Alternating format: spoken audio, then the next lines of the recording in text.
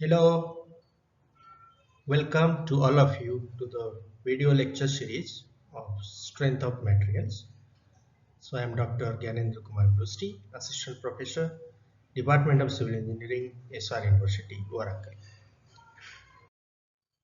So what we have discussed in the last class, we have discussed about the usage of column and strut. We have discussed about all the fundamentals, its types, and what are the end conditions of the columns, and what is the Euler's theorem, its equivalent length, how can we calculate its equivalent length with different end conditions, and what is slenderness ratio, and we had also discussed about Euler's critical stress and what is the limitations of Euler's theorem.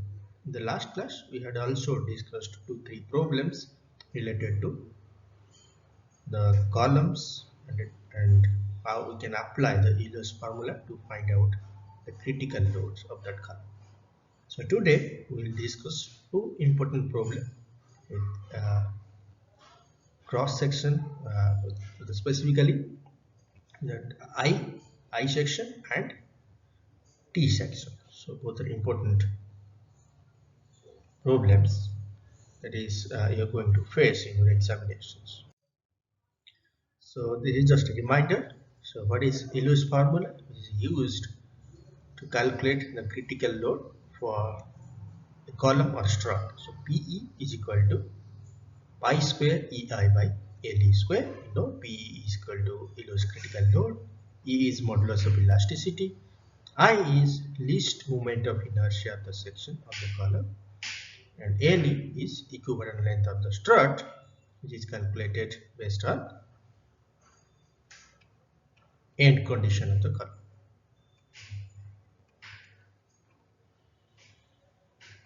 Or strut.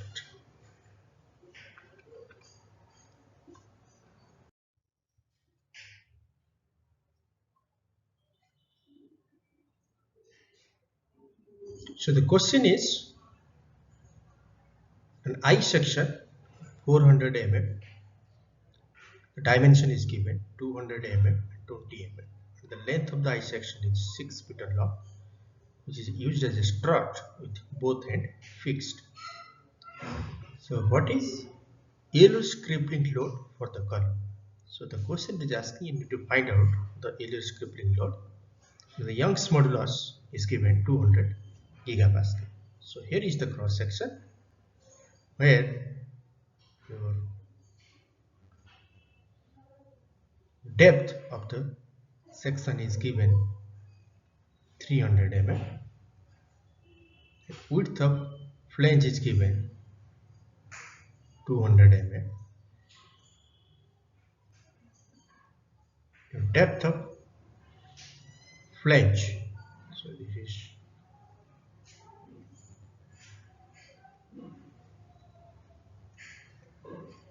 flange, this is web.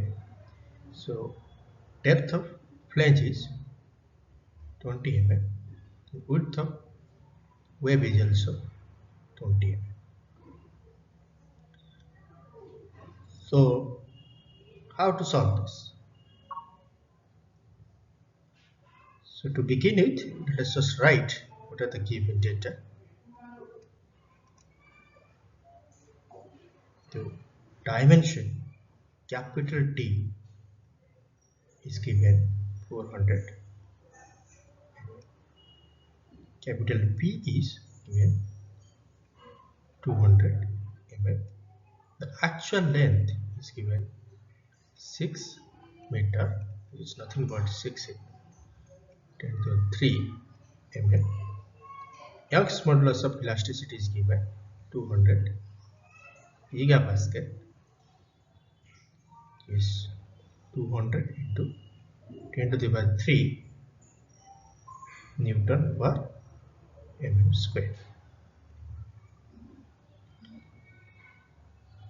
So we know the crippling load, Euler's crippling load is equal to pi square EI by LE square.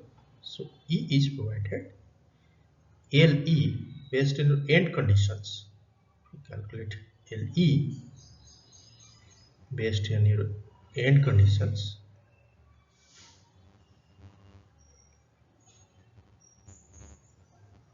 is both end fixed. So for that, your equivalent length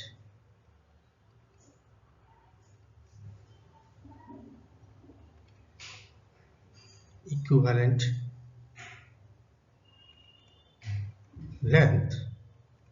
equal to L by 2, that is 6 into 10 to the 3 divided by 2, 3 into 10 to the 3 mm. So next you need to just find out this least moment of inertia. So the least moment of inertia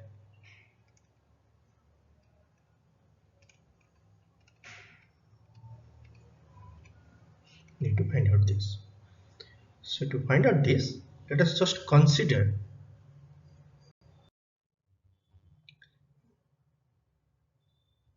this as a rectangular section. So you can see first of all this I section is symmetrical to both x axis and to I axis. So our center of gravity will lie on this y axis, okay, and also in this x axis somewhere here. So if you find out moment of inertia, so first consider this as a rectangular section whose dimension is given. D is 400, P is 200. So if you deduct this small portion of that from this rectangular section, so you can easily find out the moment of inertia of this I section. So if you deduct this, we can also just calculate the dimension. This is the capital P and T. So if you find out the dimension of this hedged portion, that smaller one, so T is equal to, it will be 400 minus this 20 and this 20. So 400 minus 20 minus 20, so it will be getting 360 mm. And small b, we can say the total is 200. You deduct this 20, so you will get the width of this hedged portion. That is the smaller one. So 200 minus 20 is equal to 180 mm. So first of all, we need to calculate moment of inertia. Moment of inertia about x axis. So suppose Ix is equal to the moment of inertia of this rectangular section. So it will be B dq by 12 minus, if you deduct this smaller rectangular section, so this formula would be P dq by 12.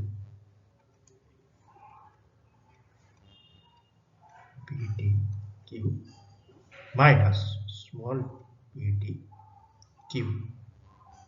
So if we calculate this, 1 by 12, it is 400, so B is 200 into D is 400 cube minus, here B is 180 into D is 360 to the power 3. So if we calculate this,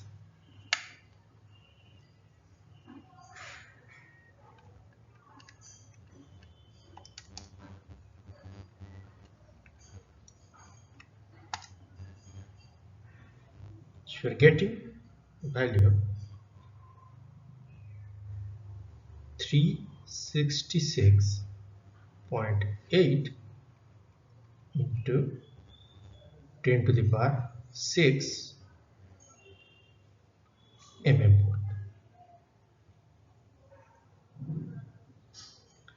So similarly,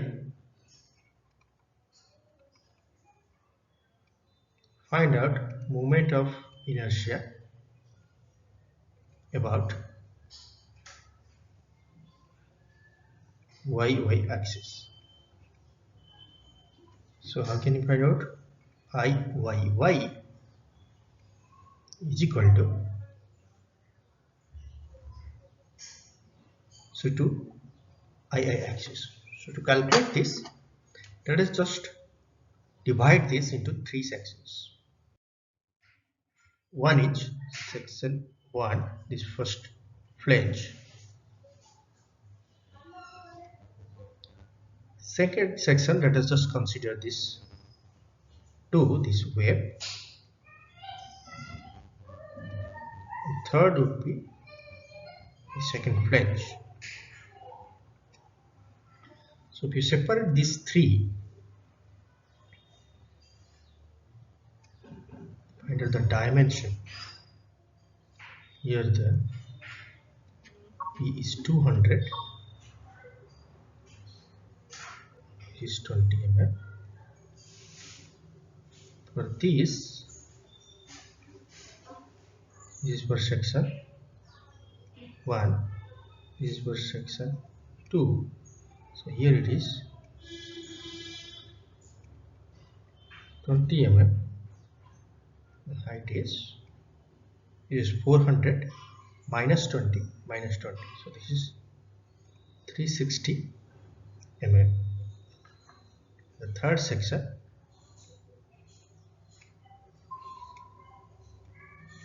is 200 mm.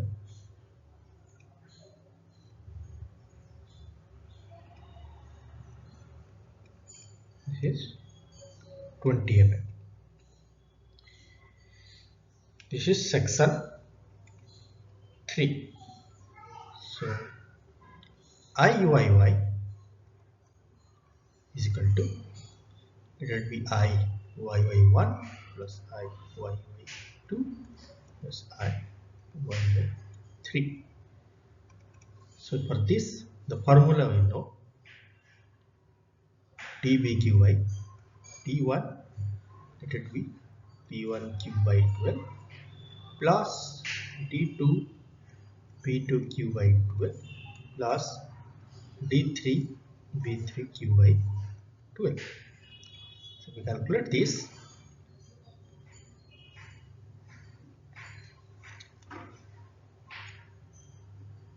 So D1 is 20 into P1 is 200 Q by 12 plus your D2 is 360 into B2 is 20 Q by 12 plus for section 3 D3 is again 20 into B is P3, that is 200 Q by 12. This both are same. So if you calculate this, you will find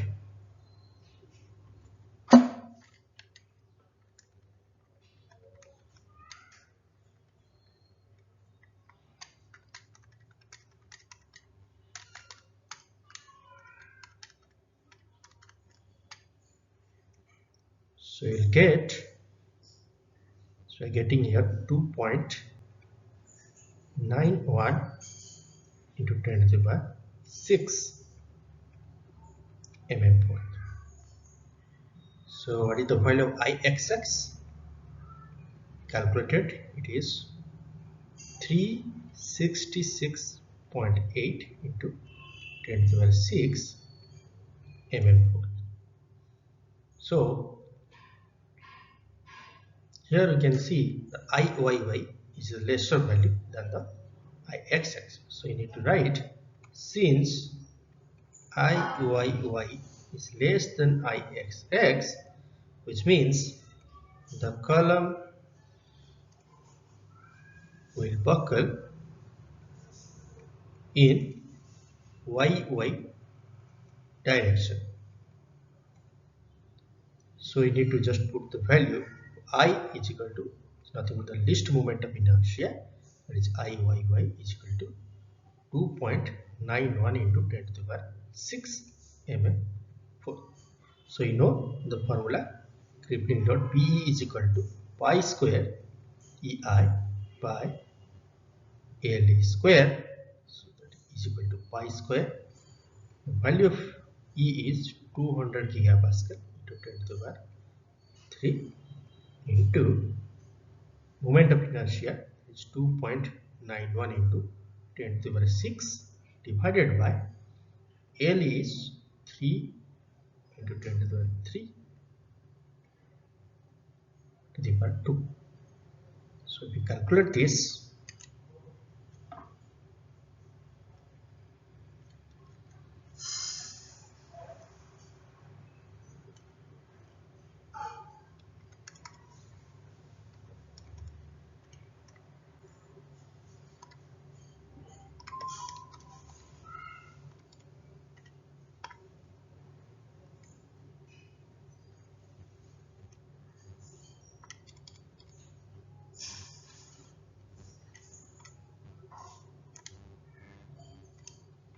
answer getting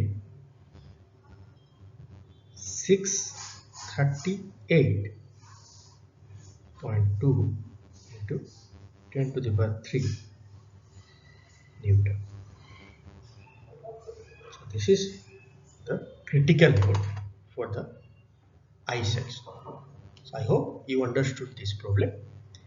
So again, as I earlier told you, the only important thing you need to consider is the calculation of least moment of inertia, and second is the equivalent length based on your end conditions. So these two values are very important. You should find out this carefully. And the moment of inertia, the modulus of elasticity is already given.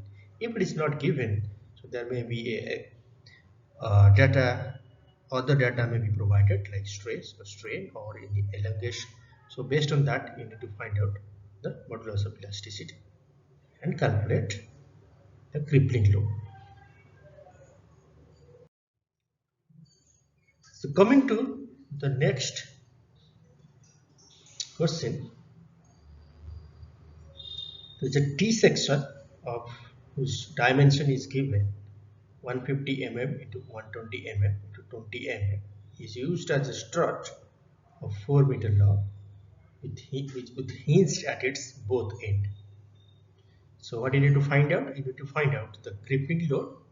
If Young's modulus is given,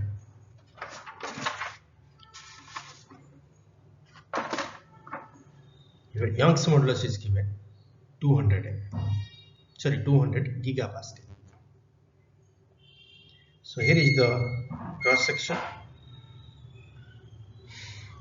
of the T section. As it is mentioned, the width of the, so this is flange, this is wave. So width of flange is 150 mm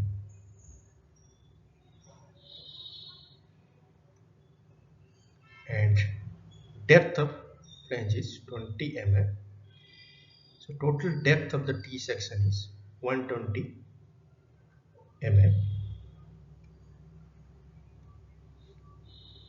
and width of wave is 20. So to solve this, we need to solve this problem in 3 steps. First, step 1, you have to calculate CG. center of gravity of T section. Step 2, we need to calculate least moment of inertia of T section. Then step 3, find calculate Euler's crippling load.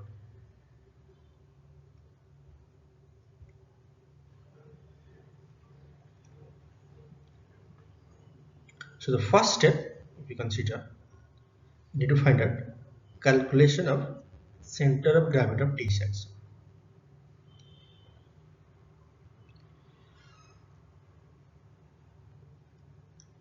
See, so if I draw the y-axis here on the T section, so you can see that this section is looking symmetrical about the y-axis. But when you draw the x-axis, it may not be symmetrical to the x-axis, which means the center of gravity will lie on this y-axis, but we do not know where it is in the x-axis. So that we need to find out from the x-axis point of view. So to calculate that, so the CZ may be lie here or here or here or here. We do not know. We need to find out this y bar. So distance from the reference axis or bottom of the section. So to calculate this, just draw the reference axis. So you need to find out all the distances of CZ based on this reference axis.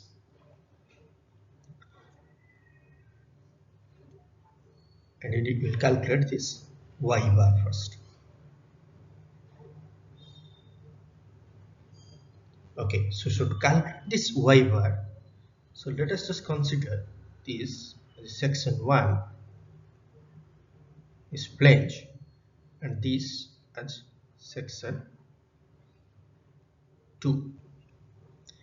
So to find the center of gravity of the total section, so you need to first individually calculate what is the distance of CG of this section 1 and the reference axis. Similarly, what is the distance of CG of this section 2 from the reference axis? You need to find out this, and also you need to find out the area of section 1 and area of section 2.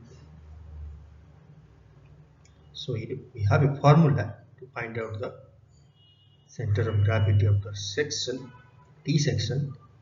Y bar is equal to A1 Y1 plus A2 Y2 divided by A1 plus A2.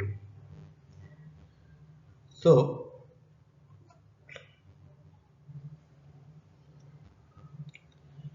this is, so if you consider this section 1, so the center of gravity of the section 1 will lie on the local axis, that is x1 x1. So let us just consider this is x1 and x1 is the local axis of the rectangular section. The center of gravity will lie somewhere here. So what is the depth of this flange? This flange is 20 mm. Means the center of gravity will lie on 20 divided by 2, that is 10 mm here. So we found out y1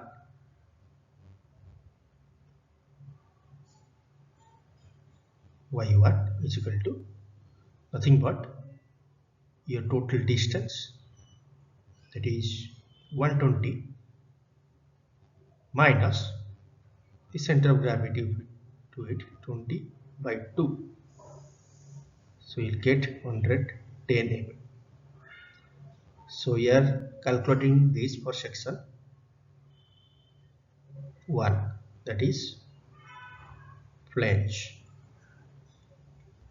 For planes we are calculating is y1, which is nothing but distance of CG of section 1 to the reference axis is 110. And what is area 1? Then area of the section, that is the dimension of, which is 150, which is 20. So 150 into 20 mm. So we get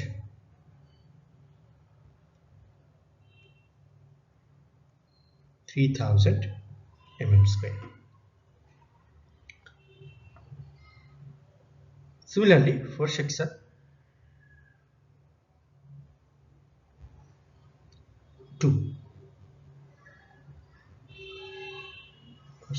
2, we calculate area 2. So what is the dimension of this? So total is 120. Total is 120 minus this 20. So this is the section 2. So 120 minus 20, that is 100. 100 into the width is 20. So it is 2000 mm square A2.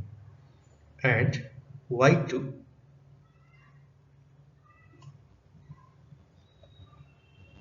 so to find out Y2, so let us just consider the local axis. It is x2 is the center of gravity of the section 2. So that will be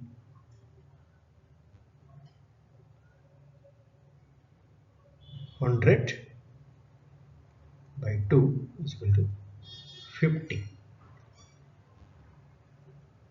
So the distance from this x2 to the reference axis, that is your y2. So which is 100 divided by 2 is equal to 50. So we put these values in the formula. Y bar is equal to a1 y1 plus a2 y2 divided by a1 plus a2. We are getting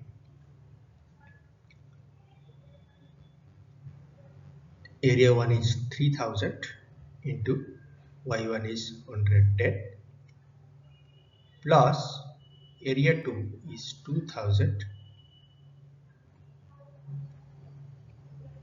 into y2 is 50 divided by area 1 is 3000 plus 2000. So if you solve this,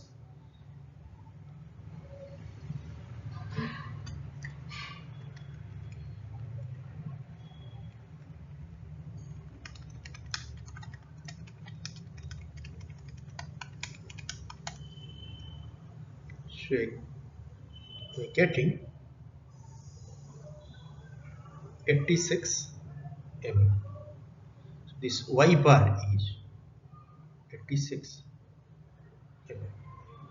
Then what is the distance from here to here? This will be 120 minus 86 is 34. So to next step is we need to find out moment of inertia. So moment of inertia. So you need to calculate the least moment of inertia. So first you need to find out moment of inertia about x axis. So to find out moment of inertia about x axis, the formula is Ixx is equal to, just consider Ixx1 plus Ixx2. So what is Ixx1? So to calculate Ixx1, so you can put a formula Ig1 plus A1 H1 square. So Ig is nothing but the moment of inertia of this rectangular section, that is section 1,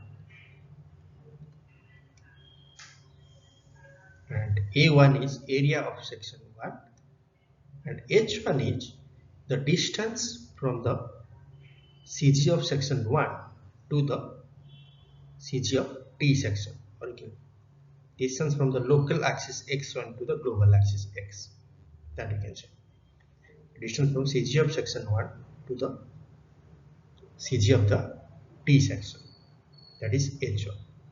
So if you put these values, so this is b1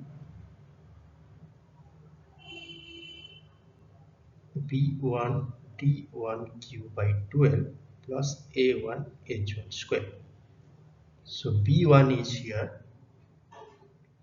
150, the width of the flange, into T1 is 20 q by 12 plus area 1 is 3000 into H1. H1, if you calculate H1, it may be the Y1 minus Y1 minus this Y bar, is not it? So Y1, we already know what is Y1 is 110 minus Y bar, we have calculated 86. Calculate this 110 minus 86, we are getting 24. So 3000 into 24 square. So you'll get this value.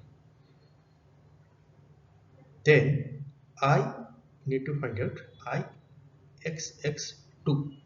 Similar, same equation input Ig2 plus A2 H2 square. So this is nothing but P2 D2 Q by 12 plus A2 H2 square. So if we calculate, P2 is for the section 2 is 20 into T2 is from here to here, that is 100, 120 minus 20 PTQ by 12 plus area 2 is 2000 to H2. So this H2 is distance from the X2 to the global axis X. So that can be written H2 is equal to, so the total is Y bar minus Y2. Yes or no? So Y bar is 86 minus Y2 is 50.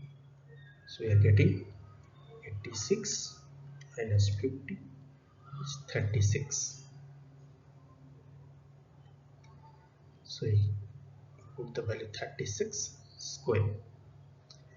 So if you add this, Ixx 1 plus Ixx2 is equal to, we are getting 6.09 into 10 to the power 6 mm.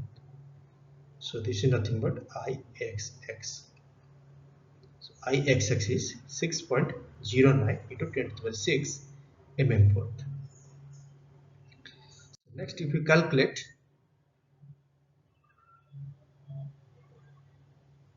I y y is equal to, similarly I y y1 plus I y y2. So I y y1 for section 1, this is section 2. So t1 p1 q by 12 plus d2 p2 q by 12. So here t is section 1,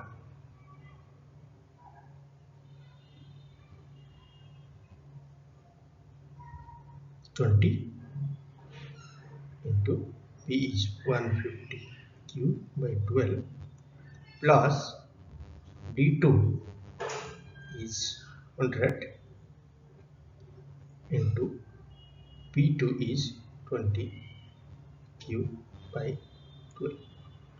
So if we calculate this, we are getting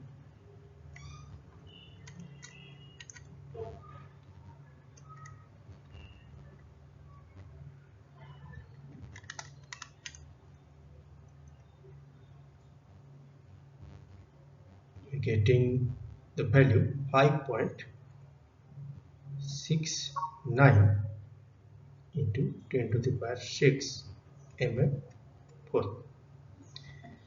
So Ixx, how much we got? Ixx is 6.09 into 10 to the power 3 mm fourth. So since, right, Iyy, see, compare the Ixx and the Iyy is less than Ixx, which means your column will buckle in YY direction. So LE already, based on the end condition, you know LE is equal to L, that is 4 into 10 to the 3 mm. So apply the Euler's crippling load formula, that is PE is equal to pi square EI by LE square, pi square into E is 210 to the 3 into moment of inertia calculated 5.69 into 10 to the 6 divided by 4 into 10 to the 3 square. So if we calculate this,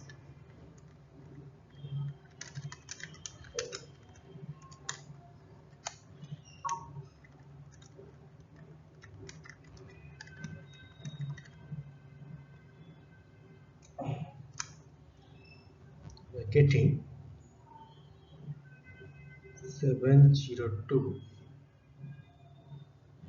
into 10 to the 3 Newton, or you can say 702 kilonewton.